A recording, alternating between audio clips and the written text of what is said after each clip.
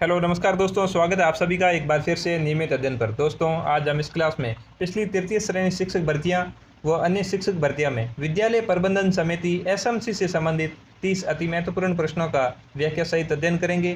Class को बिना skip किए पूरी जरूर देखें ताकि कोई भी महत्वपूर्ण प्रश्न आपके मिस न हो। ये क्लास आपको आगामी तृतीय श्रेणी शिक्षक भर्ती में जरूर फायदेमंद साबित होगी। साथ ही आपको आज की क्लास पसंद आए तो लाइक और एक प्यारा सा कमेंट जरूर करें। आप हमारे चैनल पर नए हैं तो चैनल को सब्सक्राइब करके बेल आइकन प्रेस करें ताकि आगामी क्लास का नोटिफिकेशन आपको तुरंत मिल जाए। तो चलिए बिना किसी समय गवाए आज की क्लास स्टार्ट करते हैं। आज का पहला प्रश्न है, विद्यालय प्रबंध समिति का अध्यक्ष होता है? ऑप्शन ए अभिभावक, ऑप्शन बी विधायक, ऑप्शन सी प्रधानाध्यापक, ऑप्शन डी वार्ड पंच या पार्षद। तो इसका राइट आंसर होगा ऑप्शन ए अभिभावक। विद्यालय प्रबंध समिति का अध्यक्ष अभिभावक होता है और विद्यालय प्रबंध समिति का सचिव प्रधानाध्यापक होता है। अगला प्रश्न, विद्यालय प्रबंध समिति की मासिक बैठक होती है? ऑप्शन ए दूसरे शनिवार को, ऑप्शन बी चौथे शनिवार को, ऑप्शन सी अमावस्या को, ऑप्शन डी पूर्णिमा को। तो इसका राइट आंसर है ऑप्शन सी अमावस्या को। विद्यालय प्रबंध समिति की एसएमसी की बैठकें अमावस्या को होती है। अगला प्रश्न, विद्यालय प्रबंध समिति की कार्यकारिणी समिति के सदस्यों का कार्यकाल होता है? ऑप्शन ए 1 वर्ष, ऑप्शन बी 2 वर्ष, ऑप्शन सी 3 वर्ष, ऑप्शन डी 4 वर्ष। तो इसका राइट आंसर है ऑप्शन बी 2 वर्ष। विद्यालय प्रबंध समिति के कार्यकारिणी समिति के सदस्यों का कार्यकाल 2 वर्ष होता है। अगला प्रश्न, आरटी 2009 की धारा 21 के प्रावधान के अनुसार राज्य के समस्त राजकीय प्राथमिक एवं उच्च प्राथमिक विद्यालयों में किस समिति का गठन किया जाएगा? ए राष्ट्रीय माध्यमिक शिक्षा समिति, बी विद्यालय संचालन एवं विद्यालय शिक्षा सूचना प्रणाली समिति, सी विद्यालय प्रबंध समिति, डी उपयुक्त सभी। तो इसका राइट आंसर होगा विद्यालय प्रबंध समिति एसएमसी का गठन किया जाएगा। एसएमसी का गठन आरटी 2009 की धारा 21 के तहत किया जाता है। अगला प्रश्न, एसएमसी का गठन कौन से विद्यालय के कार्यक्रमों की मॉनिटरिंग करने के लिए किया जाता है? एसएमसी का गठन कौन से विद्यालयों में किया जाता है? तो ऑप्शन ए प्राथमिक स्तर के विद्यालय, ऑप्शन बी उच्च प्राथमिक स्तर, ऑप्शन सी माध्यमिक स्तर, ऑप्शन डी प्राथमिक एवं उच्च प्राथमिक विद्यालय स्तर। तो इसका राइट आंसर होगा प्राथमिक एवं उच्च प्राथमिक विद्यालय स्तर, जिसे हम प्रारंभिक शिक्षा 1 से 8 तक भी कह सकते हैं। अगला प्रश्न, विद्यालय प्रबंध समिति एसएमसी आरटी 2009 के किस भाग के अंतर्गत है? ऑप्शन ए भाग 1, ऑप्शन बी भाग 2, ऑप्शन सी भाग 3, ऑप्शन डी भाग 4। तो इसका राइट आंसर होगा ऑप्शन डी भाग 4, क्योंकि इसमें आरटी 2009 के तहत पूछा गया है कि एसएमसी किस भाग में है, तो भाग 4 में। अगर हमको राजस्थान आरटी 2011 के तहत पूछे तो राजस्थान आरटी 2011 के तहत भाग 2 में एसएमसी है, लेकिन आरटी 2009 के तहत भाग 4 में एसएमसी है। अगला प्रश्न, विद्यालय के विकास हेतु विकास योजना तैयार करना आरटी 2009 की कौन सी धारा में है? विद्यालय के विकास हेतु विकास योजना बनाना कौन सी धारा में है? ऑप्शन ए धारा 21, ऑप्शन बी धारा 22, ऑप्शन सी धारा 23, ऑप्शन डी धारा 24। तो इसका राइट आंसर होगा ऑप्शन बी धारा 22। धारा 22 के अंदर विद्यालय विकास योजना तैयार की जाती है और धारा 21 के अंदर एसएमसी खुद है। अगला प्रश्न, राजस्थान आरटी 2011 के अनुसार विद्यालय प्रबंध समिति की संरचना एवं कर्तव्य किस नियम में है? राजस्थान आरटी 2011 के अनुसार विद्यालय प्रबंध समिति की संरचना और कर्तव्य किस नियम में है?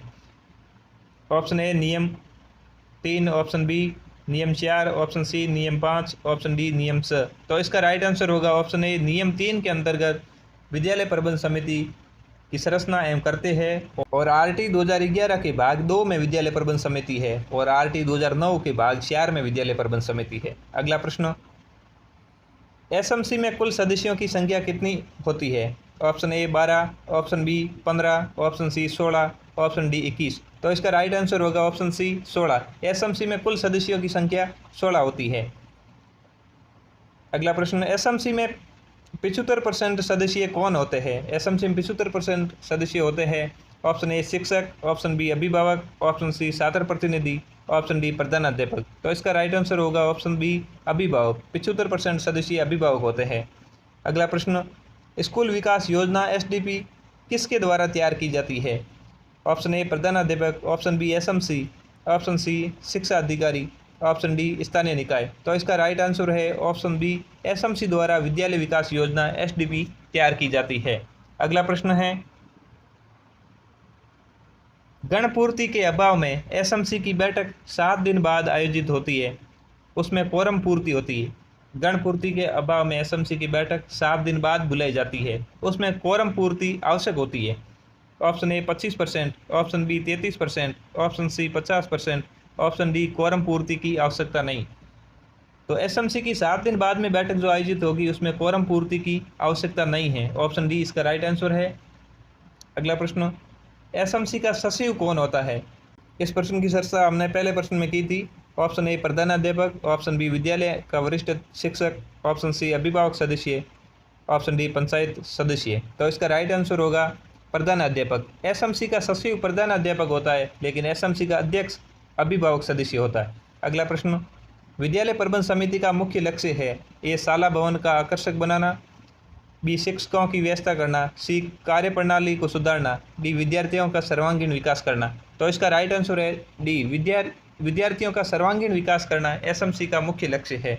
अगला प्रश्न, विद्यालय प्रबंध समिति की साधारण सभा में कौन से सदस्य शामिल होते हैं? विद्यालय प्रबंध समिति की साधारण सभा में कौन से सदस्य शामिल होते हैं? ऑप्शन ए अभिभावक, ऑप्शन बी अध्यापक, ऑप्शन सी जिला प्रमुख, ऑप्शन डी उपयुक्त सभी।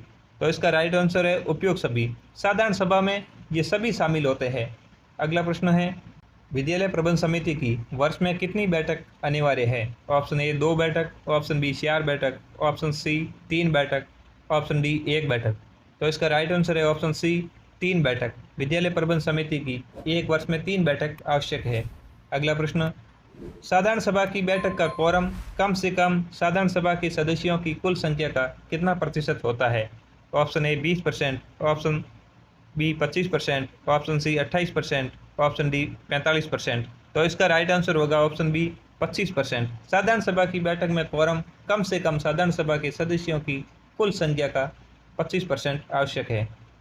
अगला प्रश्न, एसएमसी कार्यकारी समिति के अध्यक्ष का निर्वाचन कौन करता है? एसएमसी में कार्यकारिणी समिति के अध्यक्ष का निर्वाचन कौन करता है? ऑप्शन ए साधारण सभा, ऑप्शन बी कार्यकारिणी के सदस्य, ऑप्शन सी अभिभावक संघ, ऑप्शन डी जिला शिक्षा अधिकारी। तो इसका राइट आंसर होगा कार्यकारिणी के सदस्य ही एसएमसी के अध्यक्ष को चुनते हैं। अगला प्रश्न, विद्यालय प्रबंध समिति में किसी प्रकार का विवाद होने पर अंतिम निर्णय किसका होता है? तो इसका राइट आंसर होगा ऑप्शन सी डीईओ का अंतिम निर्णय होगा। अगला प्रश्न, विद्यालय के शाला प्रधान का विद्यालय प्रबंध समिति में क्या पद नाम है? विद्यालय के शाला प्रधान का विद्यालय प्रबंध समिति में पद नाम क्या है? ऑप्शन ए वित्त सचिव का, ऑप्शन बी पदेन सदस्य सचिव का, ऑप्शन सी उपाध्यक्ष का, ऑप्शन डी अध्यक्ष का। तो इसका राइट आंसर होगा पदेन सदस्य सचिव। प्रधान अध्यापक एसएमसी में पदेन सदस्य सचिव होता है। अगला प्रश्न, विद्यालय प्रबंध समिति की कार्यकारिणी समिति में कितने प्रतिशत महिला होनी चाहिए? विद्यालय प्रबंध समिति कार्यकारिणी समिति में कितने प्रतिशत महिला होनी चाहिए? Option A 33%, option B 50%, option C 75%, option D 25%। तो इसका राइट आंसर होगा ऑप्शन बी 50%। कार्यकारिणी में 50% महिला होना अनिवार्य है। अगला प्रश्न, विद्यालय प्रबंध समिति की कार्यकारिणी समिति के संबंध में कौन सा कथन असत्य है? असत्य पूछा गया है। इसमें कुल सदस्य संख्या 16 होती है। ऑप्शन बी 3/4 सदस्य अभिभावक होते हैं। इसका अध्यक्ष अभिभावक होता है। इसका अध्यक्ष प्रधान अध्यापक होता है। तो इसका राइट आंसर होगा ऑप्शन डी, इसका अध्यक्ष प्रधान अध्यापक होता है। ये गलत है। प्रधान अध्यापक इसका सचिव होता है। बाकी तीनों राइट है। 16 सदस्य होते हैं, 3/4 मतलब 75% अभिभावक होते हैं, अध्यक्ष अभिभावक होता है। अगला प्रश्न, बालक एवं उसके माता पिता अपनी शिकायत सर्वप्रथम किसके समक्ष प्रस्तुत कर सकेंगे? ऑप्शन ए विद्यालय प्रबंध समिति के अध्यक्ष को, ऑप्शन बी अध्यापक को, ऑप्शन सी ग्राम पंचायत के सरपंच को, ऑप्शन डी विद्यालय के प्रधानाध्यापक को। तो इसका राइट आंसर है विद्यालय प्रबंध समिति के अध्यक्ष को सर्वप्रथम बालक और उसके माता पिता शिकायत प्रस्तुत कर सकेंगे। अगला प्रश्न है, विद्यालय प्रबंध समिति का कार्य क्षेत्र है? ऑप्शन ए प्राथमिक विद्यालय, ऑप्शन बी प्रारंभिक विद्यालय, ऑप्शन सी माध्यमिक विद्यालय, ऑप्शन डी उच्च माध्यमिक विद्यालय। तो इसका राइट आंसर होगा ऑप्शन बी प्रारंभिक विद्यालय, क्योंकि प्राथमिक विद्यालय भी शामिल है, लेकिन प्राथमिक के साथ साथ उच्च प्राथमिक विद्यालय भी शामिल है, और प्राथमिक और उच्च प्राथमिक दोनों विद्यालय प्रारंभिक विद्यालय के अंतर्गत आते हैं, इसलिए इसका राइट आंसर होगा प्रारंभिक विद्यालय। अगला प्रश्न, विद्यालय प्रबंध समिति में कुल कितनी धाराएं हैं? अब प्रबंध समिति के अंदर कुल धाराएं पूछी गई है। ऑप्शन ए 20 धाराएं, ऑप्शन बी 30 धाराएं, ऑप्शन सी 39 धाराएं, ऑप्शन डी 52 धाराएं। राइट आंसर ऑप्शन बी 30 धाराएं। अगला प्रश्न, विद्यालय प्रबंध समिति का कार्यालय होता है? ऑप्शन ए ग्राम पंचायत, ऑप्शन बी विद्यालय, option C PEO, option D उपयुक्त सभी। तो इसका राइट आंसर है ऑप्शन बी, विद्यालय ही एसएमसी का कार्यालय होता है। अगला प्रश्न, आरटी नियमावली 2011 के अनुसार एसएमसी का पुनर्गठन कितने समय बाद किया जाता है? नियमावली के अनुसार पूछा गया है, तो एसएमसी का पुनर्गठन कितने वर्ष बाद किया जाएगा? ऑप्शन ए 1 वर्ष बाद, ऑप्शन बी 2 वर्ष बाद, ऑप्शन सी 3 वर्ष बाद, ऑप्शन डी स्थायी है। तो इसका राइट आंसर है ऑप्शन बी, 2 वर्ष बाद एसएमसी का पुनर्गठन किया जाएगा। आरटी के तहत 2009 के तहत भी और 2011 के तहत भी एसएमसी का पुनर्गठन 2 वर्ष बाद ही किया जाता है। अगला प्रश्न, राजस्थान नियमावली 2011 के अध्याय 2 में विद्यालय प्रबंध समिति के कितने नियम उल्लेखित हैं? आरटी नियमावली 2011 में अध्याय 2 में एसएमसी है और उसमें कितने नियम उल्लेखित हैं? तो ऑप्शन ए 5 नियम, ऑप्शन बी 2 नियम, ऑप्शन सी 3 नियम, ऑप्शन डी नियम। तो इसका राइट आंसर है ऑप्शन सी 3 नियम। अध्याय 2 में एसएमसी के 3 नियम है। अगला प्रश्न, विद्यालय प्रबंध समिति के उद्देश्य है विद्यालय विकास योजना का निर्माण, क्रियाकलापों का मॉनिटर करना, दानदाताओं से आर्थिक सहायता प्राप्त करना, डी उपयुक्त सभी। तो इसका राइट आंसर है डी उपयुक्त सभी। अगला प्रश्न, विद्यालय प्रबंध समिति की कार्यकारिणी समिति में अधिकतम कितने सदस्य मनोनीत हो सकते हैं? ऑप्शन ए 2 सदस्य, ऑप्शन बी 5 सदस्य, ऑप्शन सी 7 सदस्य, ऑप्शन डी 50% सदस्य। तो इसका राइट आंसर है ऑप्शन ए 2 सदस्य मनोनीत हो सकते हैं, एसएमसी की कार्यकारिणी समिति में मनोनीत हो सकते हैं। इसी के साथ आज की क्लास यहाँ समाप्त हुई। आपको आज की क्लास पसंद आई है तो क्लास को लाइक करें और शेयर करें और एक प्यारा सा कमेंट अवश्य करें। साथ ही आपको इस क्लास की पीडीएफ चाहिए तो आप हमारे वीडियो के डिस्क्रिप्शन और कमेंट बॉक्स में टेलीग्राम चैनल का लिंक है, वहाँ आपको मिल जाएगी। तो मिलते हैं अगली क्लास में, तब तक के लिए धन्यवाद।